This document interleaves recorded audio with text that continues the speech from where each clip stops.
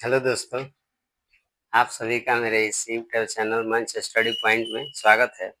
हम लोग इसके पिछले वीडियो में यानी कि नवोदय विद्यालय टेस्ट जो परीक्षा है, जो अभी फिलहाल यानी कि होने वाला है, तो इसका जो लोग फॉर्म भरे हैं उनको बता दें हम कि सिलेबस पे बात करने के लिए आए हैं कि आप देखिए सिलेबस ऑफ मैथमेटिक्स। हम लोग इसके पिछले वीडियो में हिंदी के सिलेबस पे चर्चा कर लिए थे।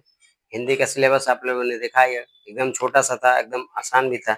अब हम लोग यानी कि मैथ के जो यानी कि सिलेबस है उस पर हम लोग चर्चा करेंगे।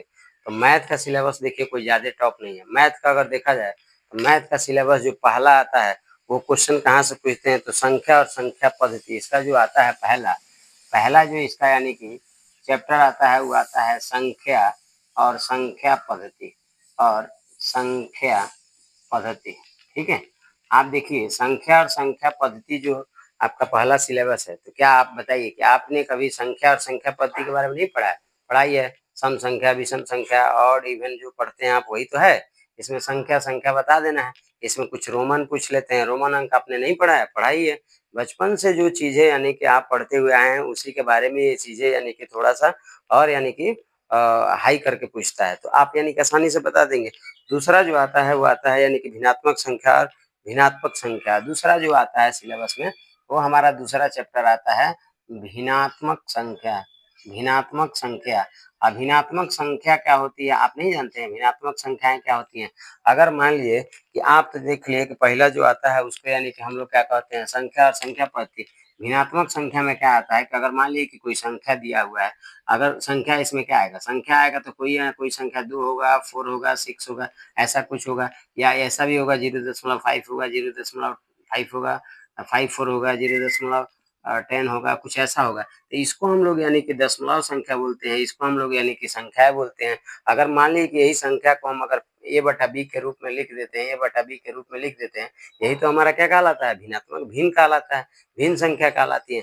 तो संख्या को कन्वर्ट करना आपको आता ही है, तो बचपन में भी पढ़े होंगे। तीसरा जो इसका चैप्टर आता है वो आता है दशमलव भिन्न। अब दशमलव भिन्न क्या है, तो देखिए पहले लिखिए कि तीसरा जो हमारा चैप्टर आता है इसमें पूछ लेता है दशमलव भिन्न। दशमलव भिन्न जो संख्या है, अब दशमलव भिन्न क्या है, ये दशमलव दिया हुआ है, आप इसको कन्वर्ट कर लेते हैं तो भिन्न में बदल जाता है।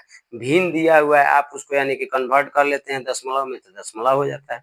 तो तीसरा हम लोग का चैप्टर ये आता है। चौथा चैप्टर जो आता है क्या आता है, तो दशमलव यानी कि देखिए चौथा जो चैप्टर आता है एलसीएम आता है एंड एचसीएफ आता है। तो क्या आप बचपन में एलसीएम और एचसीएफ नहीं पढ़े हैं? पढ़े ही हैं। तो एलसीएम यानी कि किसी संख्या का एलसीएम निकालना होता है। अब या तो भाग विधि द्वारा निकाले या तो गुणनखंड विधि द्वारा निकाले, तो एलसीएम कर सकते हैं, एचसीएफ भी कर सकते हैं। आसान है कि नहीं? तो अभी चौथा हमारा चैप्टर, इसका अगला जो चैप्टर आता है वो आता है मापन। अगर मान लीजिए कि आप किसी एंगल वगैरह के बारे में पढ़े हैं या किसी रेखा के बारे में पढ़े हैं, तो उसमें यानी कि जो आता है चौथा यानी कि इसका यानी कि अगला जो चैप्टर आता है वो आता है मापन, यानी कि किसी एंगल को माप के बताए, या रेखाखंड, रेखा, ये सब यानी कि अगर कोई अगर आकृति दिया है तो आप उसका मापन कर सकते हैं, या मान लीजिए क्षेत्रफल, मेजरमेंट में जो भी चीजें मांग उसमें चाहिए वो आप निकाल सकते हैं। अगला जो चैप्टर आता है गुणनखंड और गुणांक आता है। गुणनखंड और गुणांक आता है, अगर किसी संख्या का गुणनखंड, अगला जो आता है वो आता है गुणनखंड, या तो उसी को कह, या उसका यानी कि और या और गुणांक आता है। गुणांक, अब गुणांक क्या है, किसी संख्या में देखिए क्या गुणांक क्या है, अपवर्त और अपवर्तय आप पढ़े होंगे। तो गुणनखंड है कि किसी संख्या को यानी कि तोड़ तोड़ के छोटा करना गुणनखंड, और किसी संख्या को मल्टीप्लाई करके जो मल्टीपल होता है वही तो गुणांक कहलाता है। तो यानी कि ये गुणांक आता है। अगला जो चैप्टर आता है जिसको कहते हैं संख्यात्मक व्यंजकों का, संख्यात्मक व्यंजकों का, संख्यात्मक संख्यात्मक संख्यात्मक व्यंजकों का, व्यंजकों का सन्निकटतम, सन्निकटतम, सन्निकटतम, ठीक है। सन्नि सन्निकटतम का मतलब होता है कि कोई संख्या दिया हुआ है, उस संख्या के सबसे नजदीक क्या होगा। अगर 1 और 10 के बीच में ले लिया जाए, आप पूछेगा कि बताइए कि 7 किसके सन्निकटतम है यानी कि नजदीक है, तो 7 के बाद यानी कि देखिए 10 पहले आएगा। लेकिन अगर 1 के पास जाना है, इकाई में जाना है, तो इकाई में जाने के लिए आपको यानी कि ज्यादा समय लगता है, यानी कि 7 बार पीछे जाना पड़ेगा। तो यही सेकेंड पूछ देता है। यही संख्या 10 और 100 के बीच में पूछ लेता है, अगर यहाँ पे 75 कर दिया जाए तो देखिए इसके पास में है, इसके थोड़ा सा पास में नहीं है। लेकिन अगर यही अगर कह देता यहाँ पे अगर 18 है तो 18 इसके पास यानी कि नजदीक होता है, तो ऐसे संख्या पूछ लेता है। अगला जो पूछता है यानी कि जो इसका चैप्टर का यानी नाम आता है जिसको हम लोग कहते हैं औसत, जिसको हम लोग क्या कहते हैं औसत। अब औसत पूछ लेता है, तो औसत आप लोग नहीं पढ़े हैं बचपन में। औसत क्या होती है? औसत की फॉर्मूला होती है, जिस फॉर्मूला के कारण यानी कि आप क्या कर सकते हैं, आसानी से औसत निकाल लेते हैं।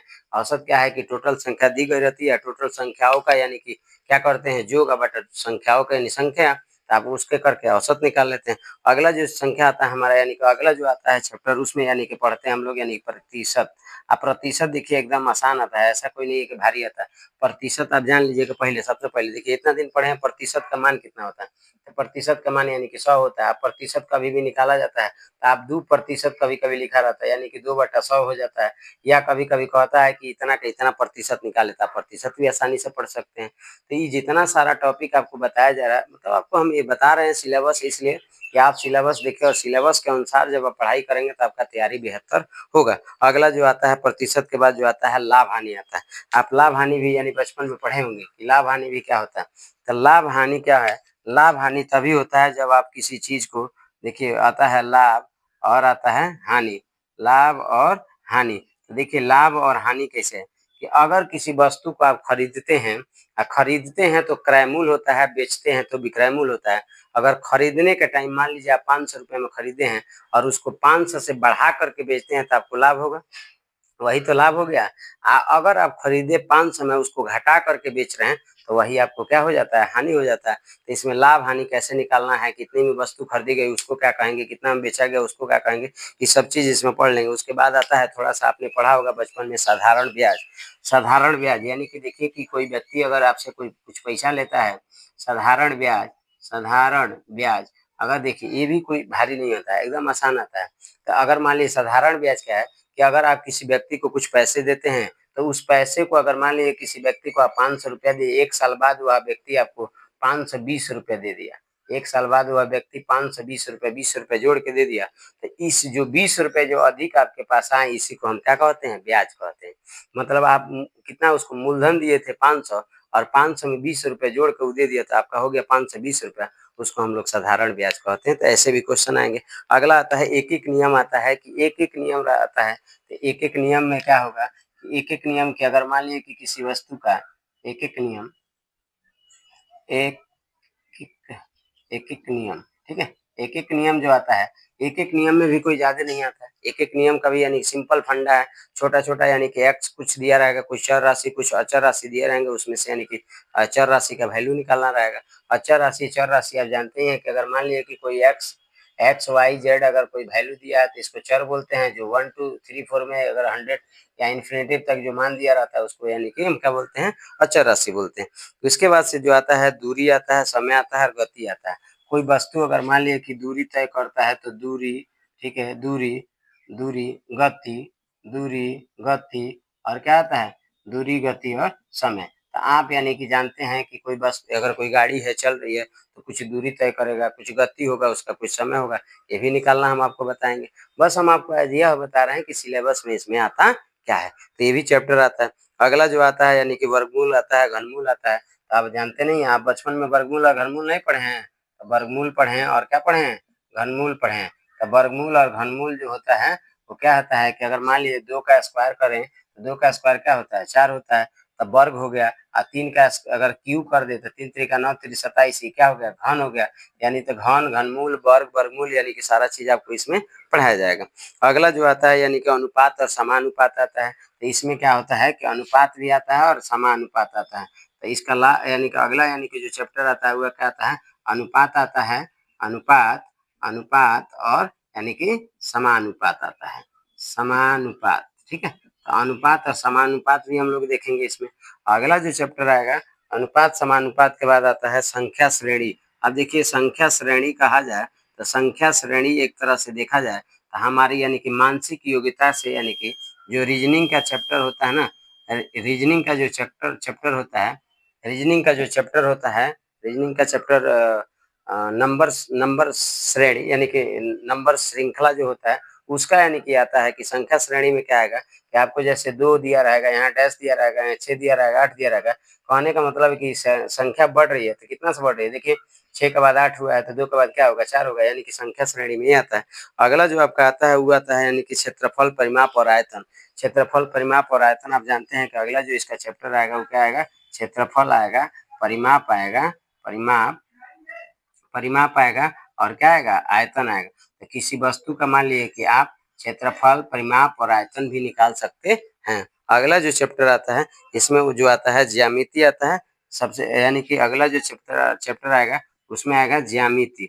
ज्यामिति क्या है कि ज्यामिति में आप यानी कि कोई आकृति वगैरह दिया गया हो उसका यानी कि फिगर बनाना है, कोई एंगल दिया गया हो एंगल को फाइंड करना है, ये सब आता है ज्यामिति। सबसे लास्ट जो चैप्टर आएगा उसमें देखिए 1-2 क्वेश्चन पूछ लेता है, नहीं भी पूछता है, उसको बोलते हैं दंड आरेख।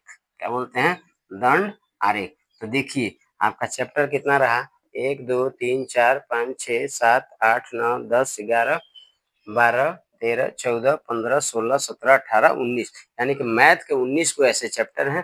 19 चैप्टर से यानी कि सब चैप्टर से क्वेश्चन नहीं आते हैं, लेकिन 19 वो चैप्टर आपको यानी कि नवोदय विद्यालय एंट्रेंस एग्जाम के लिए पढ़ना पड़ता है, और इसी में से यानी कि 2-4 करके क्वेश्चन आते हैं, जो आप अगर आसानी से पढ़ लेते हैं तो आपसे आसानी से क्वेश्चन बन जाएंगे। तो मैथ का यही सिलेबस रहा। आप चाहें तो हमारे वीडियो को यानी कि देख करके आप पढ़ सकते हैं, या आप ऑफलाइन भी कहीं तैयारी कर रहे हैं तो बहुत अच्छा है। तो यही मैथ का सिलेबस रहा। अगले वीडियो में हम लोग यानी कि रीजनिंग का सिलेबस के बारे में भी चर्चा करेंगे। धन्यवाद।